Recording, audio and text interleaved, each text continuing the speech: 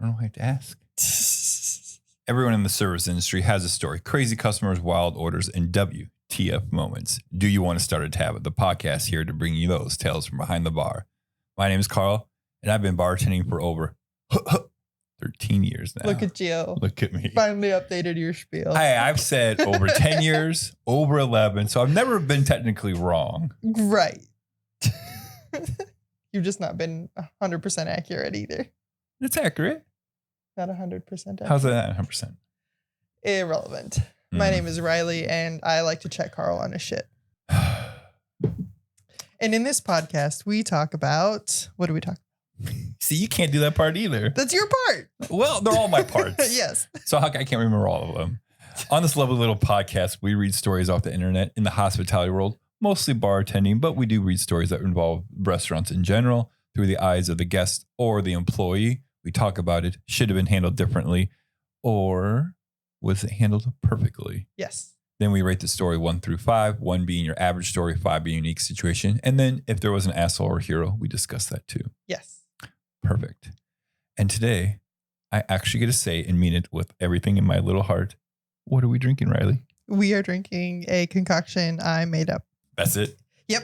It's got some spiced rum. It's got some macadamia nut liqueur. It's got some pineapple rum. It's got some lime. It's got some coconut. Is that Aperol floated on top? Campari. See, you are coming to the dark side. I'm not. I just knew it needed something to counteract all of the sweetness that's in it. Cheers. Cheers. I know. And you're understanding that there's other things. That is fucking weird. What the fuck? I like it. It's not. It needs some work. Yeah. There's definitely I wonder if it's that macadamia in there. Macadamia. That's what I said. I don't know. It's good. Don't get me wrong. I'm not dismissing it. I'm just it has this. Is there something with cinnamon in it or something? Spiced rum. What spice rum did you use? Doesn't matter. Captain Morgan. Sailor Jerry. You can sail right the fuck off this podcast. What you can do. God. What? I just wanted to see what would happen. I was fucking around and we found out. And it's not that bad. It's only got an ounce of... No, it's the macadamia. Macadamia. That's what I said. There's no N at the end of it. I said macadamia. No, you didn't. I did. Go back and replay the tape. If you can edit this podcast, then you can go edit and replay back. But since I get to edit... Replay the tape. All right, so... Oh, and this nonsense. Fuck, we go off the rails so fast.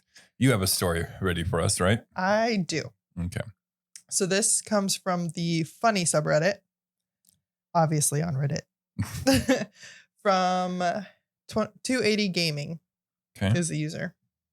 And it's called The Amazing Bartender Story. And this is one of the few that we get from the customer's point of view. Okay. How long ago was it posted? 6 years. Just a little bit ago. And it's been a minute. So here we go. Once upon a time, I was with my girlfriend at the bar. She had many more drinks than I did, and I was playing catch up. She had been there for an hour or two before me with some of her friends. I look over as my shot was on the way and saw that look on her face. The I'm about to puke, get me out of here face. I quickly take my shot. As soon as I down it, she pukes all over the bar. I get out of there, apologize on her behalf, and proceed to carry her home, which happened to be up a massive hill. I finally get up the street and I feel like Iron Man. Doing a good thing, being responsible and helping others. I get home, lay her down, get her water and a trash can put by the bed just in case. We go to sleep, and the next morning she, of course, says the famous line, "What happened last night?" I proceed to tell her that I puked on the Glory Days bar, trying to jog her memory to see if she remembers at all what she had done. Then, to my amazement, she says, "I can't be with someone who doesn't know when to stop drinking and can't control themselves." I was jaw-dropped. Couldn't believe it. She leaves, and I don't even say anything. We had only been dating for a few weeks, and I was just going to let it go and laugh it off. Then, she walked directly from my house back to the bar down the street and to apologize on my behalf. She gets there, and guess what? Same bartender. That bartender worked all night, woke up, and had another shift that very morning. As it must have went, the bartender must have been laughing his head off that she was apologizing on my behalf for something she had done. He proceeds to tell her that it was her, not me, that had thrown up on the bar. She must have been so mind blown that upon hearing that news, so much so that she calls me crying and says she was sorry. Later that night, I go to the bar by myself to watch the football game that was on. The bartender, which served us the night before, was still there. What the fuck? This man worked a lot of hours that week, LOL. He comes up and tells me, I can't believe you told your girlfriend it was you that threw up and not her. Very funny, he thought. He proceeds to give me free drinks because it was so funny. Halfway through the game, I end up talking to the girl sitting next to me and telling her what happened the night before. Turns out that girl I was talking to was one of my ex's friends she had been drinking with before I had showed up. She can't believe it. Right away texts her friend like, WTF. That's how I met the girl I would end up dating for years and years. Still together. Life is funny. Wow. There are so many little compartments to that story. I know.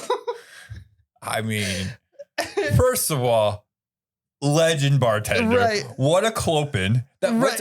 What's a close, open, close? Clope. That's 2 doubles in a row. No, I know, but I mean, yeah. Wow. First of all, legend bartender. Good job. I've been there, done that. You're just like, what the fuck? But they're probably having fun. Right. Okay. Can you imagine how your emotions as a bartender would go for that? Because you have a clopin or you have a double. Weird. You have a double tomorrow and some chick just yaks all over your bar. Mm-hmm. You're like, fuck my life. Yep. Then the next morning, that's like an automatic revitalization when she comes in and apologizes for something she had done that she wasn't apologizing for herself. I would die. Side note, this is a lot. This drink is huge. It is in our biggest Collins glass, which is like a 16-ounce plus size Collins It's got glass. 3 ounces of liquor in it. I don't know what you want from me. And I'm just saying, I don't know. Anyways, I'm just sucking it down oh, there's so much. Anyways, okay, so let's start from the beginning. Uh-huh. We've both kind of been in those positions. I know, you've been on the position where I've started before you got there, Mhm. and I was pretty drunk. And I'm pretty Every sure, time. Almost every Not time every we go time. out drinking. Almost every time. And then there's probably been in 10 years, there's probably been a couple of times where you were out drinking and I come and meet you up and stuff like that, which is fine. But I don't think either of us have been moments from puking when the other one shows up. First of all, I mean, I can proudly say I don't think I've ever puked in public. not even in a bathroom. No. Interesting. I always wait till I get to the home that I'm supposed to be that day. I might not be at home, but if I'm staying with a In a friend, I always private wait residence. till or a hotel or something, or whatever. Yeah. Okay. Wherever you're sleeping at. Yep. Okay. I, on the other hand, have puked in public. Really? Yeah. I thought I told you this before.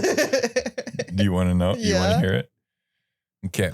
So, high school reunion, 10-year high school reunion. Wait, I went to that one. No, you went to the 15. Oh.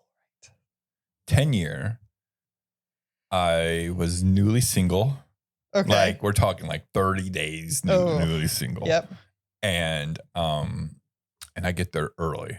There's 4 or 5 people that I know in the bar, and I kind of know them. And after 2 drinks, I started talking to them, whatever. And all of a sudden, more and more people. And this is the biggest high school reunion that I've been to so far. Right. And because it's our 10-year, blah blah blah, and it's just getting filled with everyone, and just again people I haven't really seen in 10 years. So, anyways, I'm drinking up a storm. And then I just, you get that feeling oh man, if I have one more, maybe 2, I'm going to throw up. You get that feeling. Because you're so full, but you're also shithoused. Right. But you're also want to have a good time. And then all of a sudden someone goes, anyone who wants to do Rumplemans? I'm like, Oh. nope. And the car will come on. I'm like, I'm at that point. If I do it, I will throw up. And Then you said bet. no, that's what I told them. Right. And then they said, just fucking do it. I'm like, okay. And then you said bet. No, I mean, I'm kidding. yeah. And so we do it, and we're in the middle of the bar, and it's fucking packed because come to find out, there's also a 5-year high school reunion going on the same time at the same fucking bar. Of so course. this place is fucking packed up a storm. Because there's 3 places in Muscatine to do that. Right. And so we take the shot, and then it went It went down my gullet, and I'm like, it ain't fucking staying down here at all. It said nope. It came right back. It came right back up, and so again, it's packed. So I just lowered my head. I puked in my hand, and then just did the whole like throw it on the floor thing. Gross. But I had no. I know, but gross. I understand. So then I walked to the bathroom, fucking washed my hands. And then I asked him for a towel. I cleaned up as much as possible. That's good. At least you did that. Because it's hard because, like, you know, people probably already walking through it for the past 2 minutes, you know. So someone's like, what happened? I'm like, I just spilled my drink. And, you know, I cleaned it up. Here you go. And I was like, it is time to get the fuck out of here because there's no way I can do anything more. And so that is the only time that I can think of that I've puked in public because in the 10 years that we've known each other, I've only thrown up 5 times. Total. And 3 of them were because I was sick. Right. So, yeah, that's my puking in public. Yeah. I just wait till I get home. Yeah, you're strong-willed than I. Okay, so anyways, we went sideways super quickly on this. Right. Okay, so he gets there. She pukes instantly.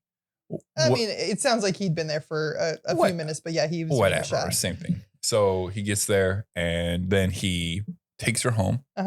Carries her up a hill. Carries up a hill. I can only imagine because we used to live up a big ass hill. And if I carried you or anyone else up that hill, I'd be like, think I'm fucking Superman too. Yeah. Or Iron Man, whoever said he said Iron Man, but yeah. I mean, to be fair, I'm sure she was smaller than I am. It's a fair bet. Right.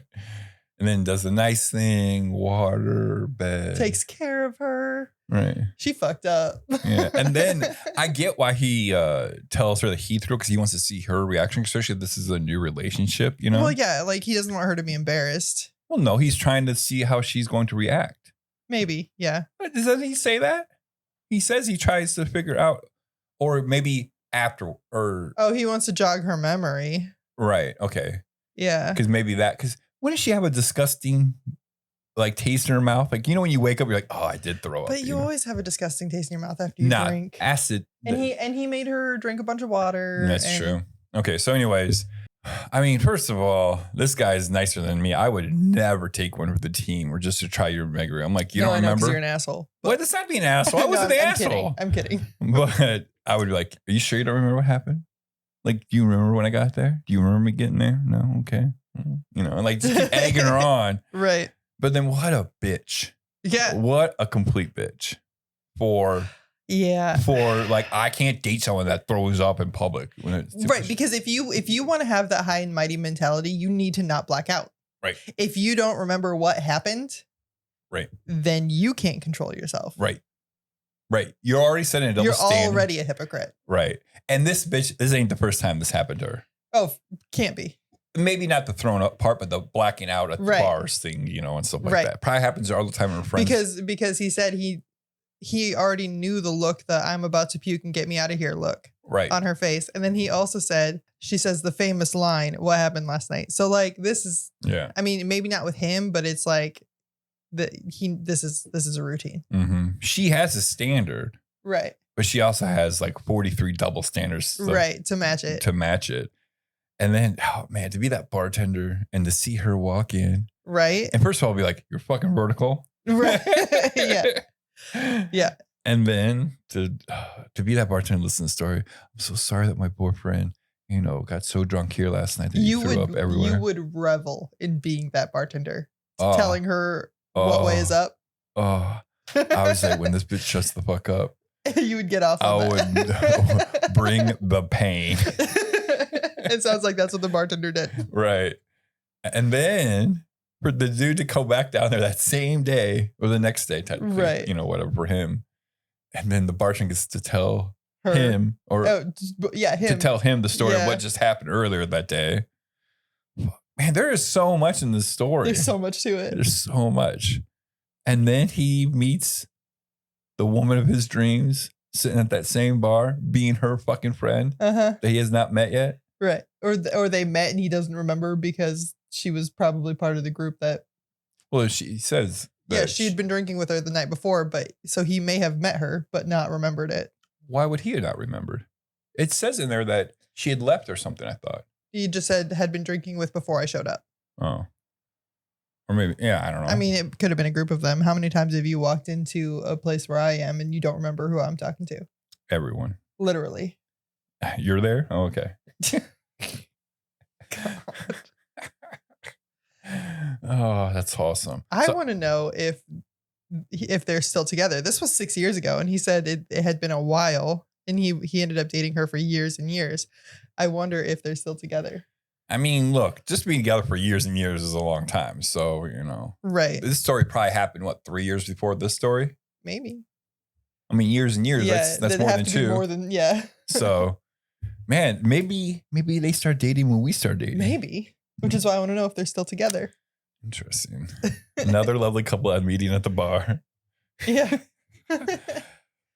All right. So the asshole of the story is the ex-girlfriend. The ex-girlfriend, for sure. The hero of the story is the bartender. And the boyfriend. Oh, for sure. So there's two heroes. It's like the Justice League. There's two different heroes in the story. Now, what do you rate this story? How unique? So this has got to be high. Like, I'm thinking 4.5. Okay. Because if you look at it from the bartender's perspective, if we step outside of the OP's story and look at it like it was your shift that you were working and then you came back after like 5 hours of sleep, and this was you, this would be one of those stories that I remember forever. Absolutely. Because it's one thing to have somebody come in and apologize. That happens. Just having somebody come back and apologize gets you like a 2.5. Okay. Apologizing for somebody else when it was you and then being the one to tell them that they were the one that fucked up, that's priceless.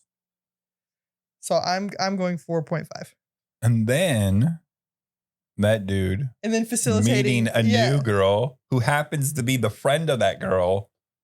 And then they're couple. And then watching the blossoming relationship that lasted for years and years.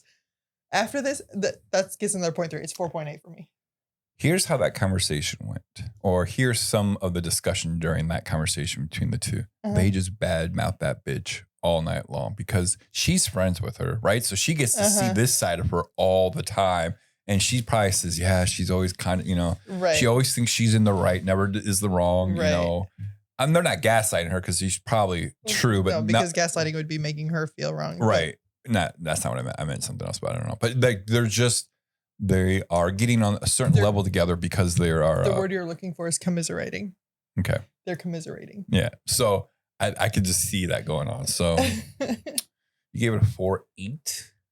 Yes, just because there's so many pieces and each piece gets it just a little bit higher. Because like I've never been working on a shift where somebody's yacked that I had to clean it up. Granted, I know that happens all the time. So that's like maybe like a 1.5. Yeah, but these are on scenarios that we can relate to. And we've talked about it numerous times a couple times on the podcast where I think between the two of us, we've only seen one person throw up and that was me. And never directly on a bar. Right. So, I mean, yeah. So like each piece of this, and I love that there's so much follow up. Like this is a whole story. We get the whole thing from beginning to end. Obviously only one perspective, but it's very thorough as far as like. This could be a great video to make for the 48-hour film project. It could. If we ever do it again and we get Love Story, we're going to take this as the blueprint. Just shut up. Okay. Rate your story. Or rate my story. 4.75. Just because you want to be different? Why not a 4.8? Why 4.75? Justify your rating.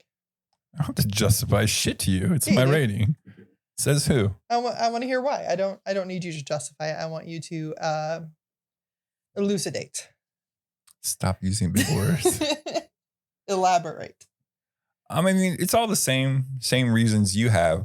If I remember correctly, like Steve's Sharpie story, was like a 4.8, and stuff like that. I guess I just see that as a more unique story than this. This one does have a lot of like layers to it, but I think I guess I'm just, this is just what I feel. It's just a little less unique than that. And I mean, we're talking like, half a sneeze to the left instead of to the center, right? Like, So there we go. If you have a story that you want to share with us, please leave it on our subreddit. Do you want to start a tab? There's a link in the description of any podcast player that you're listening to. Just click it. You don't even have to use your real name. You can make up 1, 2, 3, 4. I like cocktails or whatever it can be. Yep. And let us know any story that you've seen or that you were a part of. We'd love to hear from you. And then we'll talk about it and do exactly what we just did. But if you are a person that doesn't like to type and you're more of a verbal storyteller, we have a phone number to help you.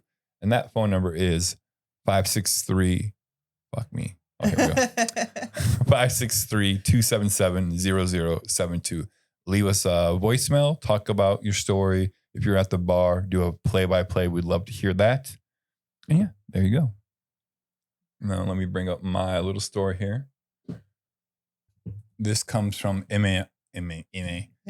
Am I the Asshole subreddit from C Candle 2058 from 1 day ago. One day. They barely hit enter on the keyboard. So the jury is still out. Still out. But we are the final verdict here.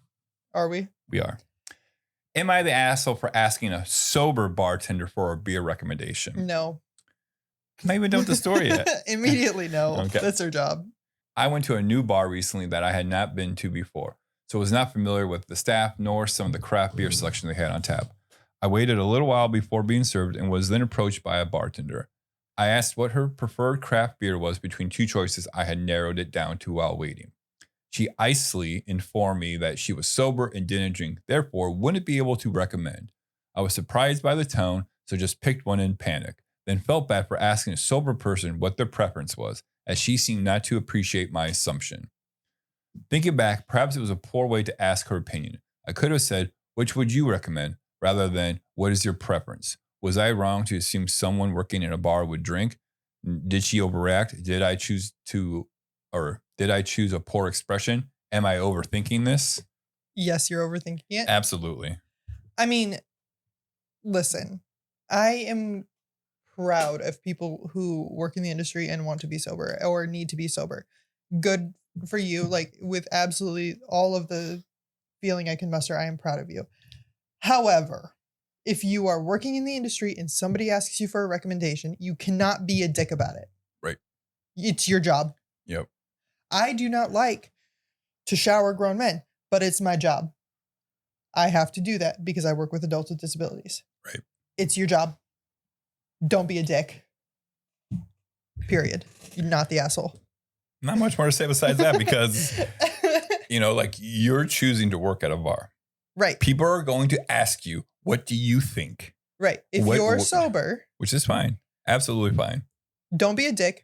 Find a good response. Hey, I don't drink. I'm so sorry. Let me ask another bartender who does like things. Yes. You should have that canned response. Right. You should know. You should already know how, unless it's like 100 taps or something like that. But even still, you should have like 5 that you can pull out of your pocket. I know. But what I'm saying though is if it's like under 20, you should know what all these beers taste like. Not saying that you should taste them yourself, but you should know what, like, how to sell them. Like, oh, this tastes like this or this tastes like that, right. And say like, I don't drink, but other bartenders tell this or other guests say this about that beer. Right. Like there should be some sort of response to that. Or like, look, hey, I don't drink. I don't know much about this beer. Do you want to sample it? Right. And if you can't keep your mood in check when talking about alcohol, you shouldn't work in a bar. Mm-hmm. It's like you don't drink IPAs, but you're not going to tell people, oh, I don't fuck off for drinking an IPA. They're disgusting. What I tell when we have 2 or 3 IPAs at the old bar I used to work at. Yeah.